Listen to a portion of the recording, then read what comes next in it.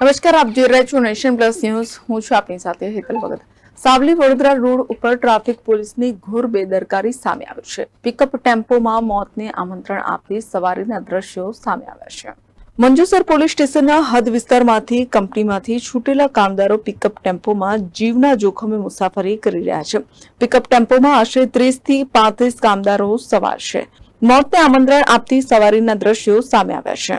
ત્યારે ટ્રાફિક પોલીસની ઘોર બેદરકારીના કારણે કોઈ મોટી દુર્ઘટના ઘટે તો જવાબદાર કોણ તેવા સવાલ ઉભા થયા છે. Report nation plus news Savli. સમાચારોના સતત અપડેટ મેળવવા માટે અમારી નેશન પ્લસ ન્યૂઝની યુટ્યુબ ચેનલને સબસ્ક્રાઇબ કરો, બેલ આઇકન દબાવો અને જોડાયેલા રહો ફેસબુક, ઇન્સ્ટાગ્રામ અને ટ્વિટર પર.